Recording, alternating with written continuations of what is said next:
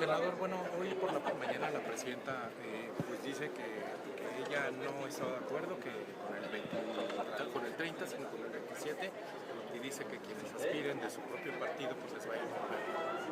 Nosotros hicimos un compromiso al inicio del periodo de sesiones.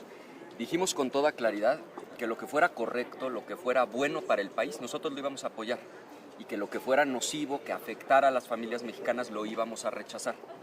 La verdad es que la iniciativa que mandó la presidenta para prohibir el nepotismo, es decir, que los hermanos, que los padres e hijos se puedan estar heredando los cargos, es una buena iniciativa. La verdad es que independientemente de que seamos de un partido distinto, reconocemos que la iniciativa era correcta y por eso decidimos apoyarla.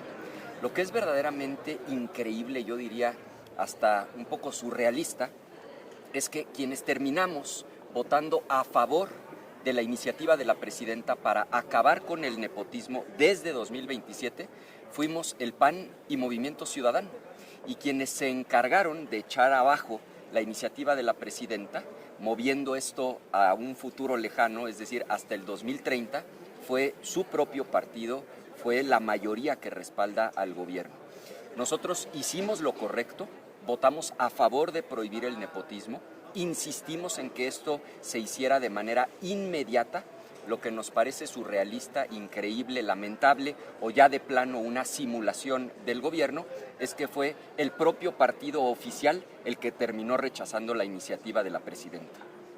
Senador, ¿habrá, digamos, aquí un motín, como dicen ellos, digamos, donde habrá revelado el propio Morena aquí en el Senado a la presidenta? Es evidente que lo que sucedió fue que Morena puso sus intereses particulares por encima no solo de la iniciativa de la presidenta, sino por encima de los intereses del país. Digo, era una cosa de sentido común, prohibir que una hija le pueda heredar el cargo al papá, prohibir que un hermano le pueda heredar el cargo al otro hermano, prohibir que un esposo le pueda heredar el cargo a la esposa, era de sentido común, hacía sentido lo que había propuesto la presidenta.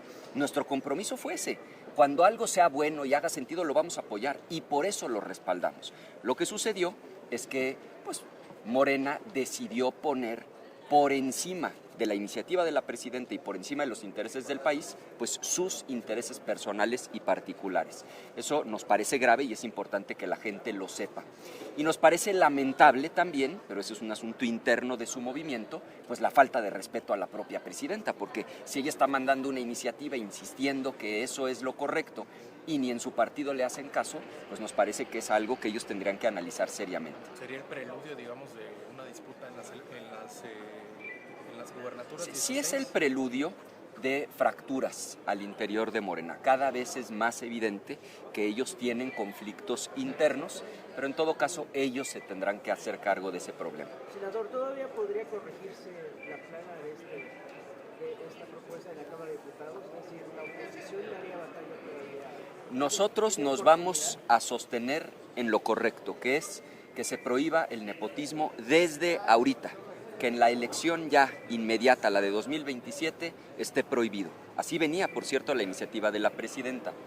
Honestamente creo que ya se impusieron los intereses personales sobre la propia iniciativa de la presidenta. Dudo mucho que Morena vaya a dar marcha atrás, pero les garantizo que nosotros nos vamos a sostener en esa posición.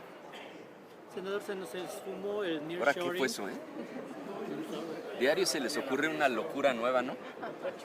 Perdón. Se nos sumó el nearshoring. Datos de Banjico revelan que la inversión extranjera directa es la más baja en muchos años. Sí, por supuesto. Lo que estamos viviendo en materia económica, no tengan ninguna duda, es una ya franca desaceleración. Y en el corazón del problema está la reforma judicial. Nosotros lo advertimos. Aquí y en China, cuando no hay certeza jurídica, lo primero que sucede es que se frena la inversión. Y es que es de sentido común. ¿Quién va a querer poner su dinero en un país en donde no tienes garantizado que se va a cumplir la ley? En el momento en el que una mayoría se apropia del Poder Judicial a través de la mal llamada reforma judicial, lo que era obvio que iba a pasar era que se iba a frenar la inversión. El problema es que esa es apenas la primera consecuencia. Lo que viene después ya es la afectación directa a las familias mexicanas, porque cuando se frena la inversión, se frena el crecimiento, hay menos empleo y ahí es donde la gente lo empieza a sentir en el bolsillo. Ahora, que Dios nos agarre confesados si Trump impone dentro de 8 días aranceles del 25%, porque entonces sí nos va a llover sobre mojado. Es decir, esto que ya causó Morena vendría a agravar de manera terrible la situación. Senador, pero todavía puede estar peor si crecimos a 0%. No, por supuesto, no tengan duda que puede estar muchísimo peor. Aranceles del 25% meterían a la economía a una recesión que podría llevar a una crisis económica del tamaño de las que tuvimos allá por 94, 95, la de 82, la de 76. No, estamos hablando de palabras mayores. Nosotros haremos todo lo que esté en nuestras manos para que no suceda, pero no podemos dejar de decir que en buena medida la crisis es autogenerada, porque en buena medida la amenaza de los aranceles tiene que ver con que Morena no quiere combatir al crimen organizado. Digo, esto de los abogados ya es la gota que derrama el vaso. Es real que Morena tiene vínculos con el crimen organizado. Defienden a gobernadores que tienen vínculos con el crimen organizado y son parte de sus filas los abogados que defienden al Mayo Zambada. El director del despacho, revisen el padrón en el INE, es militante de Morena. El otro abogado que defiende al Mayo Zambada estuvo contratado por Morena en la Cámara de Diputados. Fue galardonado por Morena aquí en el Senado de la República. O sea, ya no pueden negar sus vínculos con el crimen y por eso nosotros decimos que en cierta medida, diría yo inclusive en gran medida, esta es una crisis autogenerada. Y además también hoy lo de la energía que viola el TEMEC, ¿no? O sea, hoy la reforma que se aprueba hoy viola... La reforma que ahorita se está votando en este preciso momento, se los garantizo, es violatoria del Tratado de Libre Comercio, porque el TEMEC dice con toda claridad que tiene que haber órganos independientes para ser los órganos reguladores. Y lo que hace esta reforma es que desaparece los dos órganos reguladores independientes, que eran la CRE y la CNH, y crea un nuevo órgano que ya no es independiente, que es 100% controlado por el gobierno federal a través de la Secretaría de Energía. Les garantizo que eso es una violación flagrante al Tratado de Libre Comercio.